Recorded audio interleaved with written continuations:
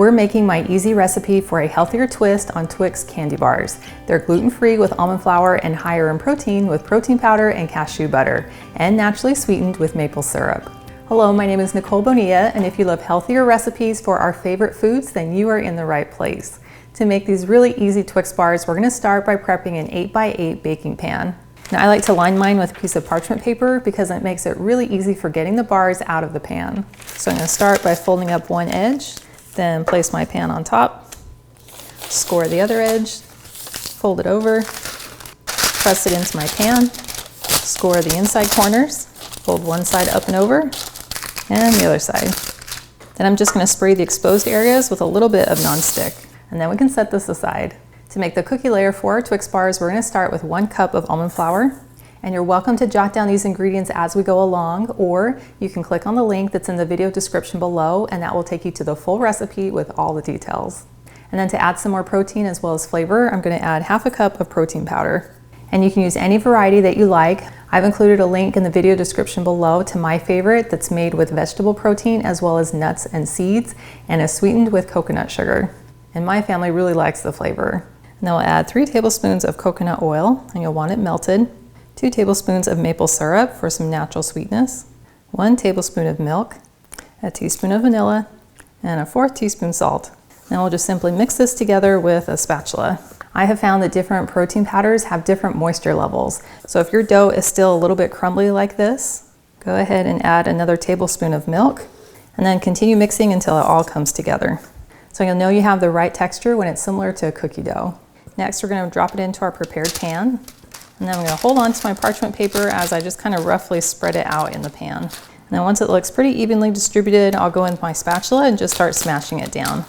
Now, if you could use more healthy inspiration on a regular basis, I invite you to join my email list. All you have to do is click on the link that's in the video description below, and that is the best way for us to stay connected. Well, now that we've pressed this down nice and smooth, it's ready to go into the oven. And we're gonna bake it at 350 degrees for about 10 or 11 minutes, or just until the sides are just starting to turn a really light golden brown. Well, here's our cookie base right out of the oven, and you can see that it has a nice little golden brown edge. So we're gonna set this aside and let it cool off while we make the caramel layer.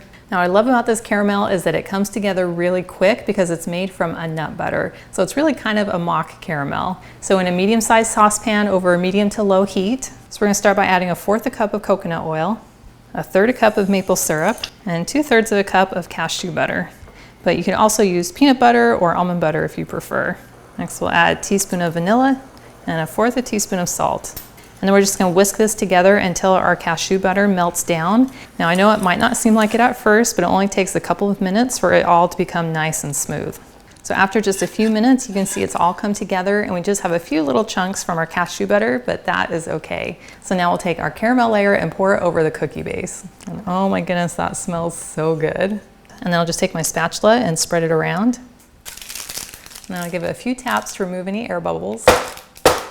Now we want this to freeze and set before we add our chocolate. So you want to let it sit out on your counter for maybe about 10-15 minutes just to allow it to cool off. And then you want to put it into the freezer for at least 30 minutes, or you could leave it in overnight if you're making this ahead of time. I have one here that I made last night that is ready for the chocolate layer. Now for the chocolate chips, you can choose any variety that you like that meets your dietary needs. So we're gonna add 2/3 of a cup of chocolate chips to a microwave safe bowl. And then I'm gonna add about 1.5 tablespoons of coconut oil. And then I'm gonna put this in the microwave for 30 seconds, take it out, stir it, and put it back in the microwave for another 30 seconds. So after the first 30 seconds, you can see that it's just starting to melt, but it's not there yet.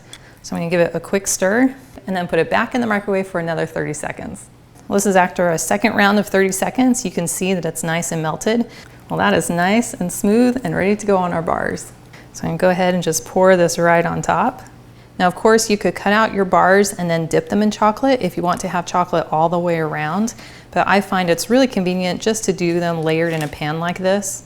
And I think it has plenty of chocolate and helps to reduce the amount of sugar, and it's still very satisfying. Now before we slice our bars, we want this chocolate layer to set, but we don't want to put it in the freezer and have it freeze completely, because then as we cut it, the top layer can crack. So I found the best way to get around this is to put this into the fridge just for about maybe 10 minutes, just until the chocolate solidifies. Then we'll take it out and slice them while that chocolate isn't completely frozen, and then we'll get some nice even cuts. So I'll go ahead and put this in the fridge. So after about 10 minutes in the fridge, our chocolate is now set and we can cut our Twix bars. And I'll go ahead and run my knife along the edges real quick. And we can easily lift them up and out of our pan. And then you are welcome to cut these bars however you like. I like to make some really slender cuts, and then we'll cut down the middle. And go ahead and make a nice slender cut all the way across.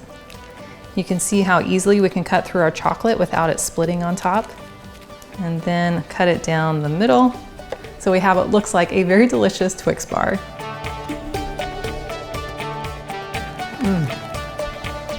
That is delicious.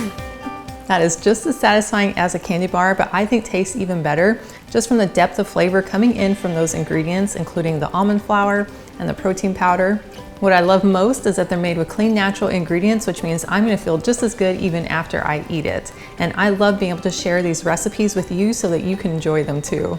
And I want you to know that I believe in you and your ability to make these recipes. They're gonna leave you feeling fantastic from the inside out.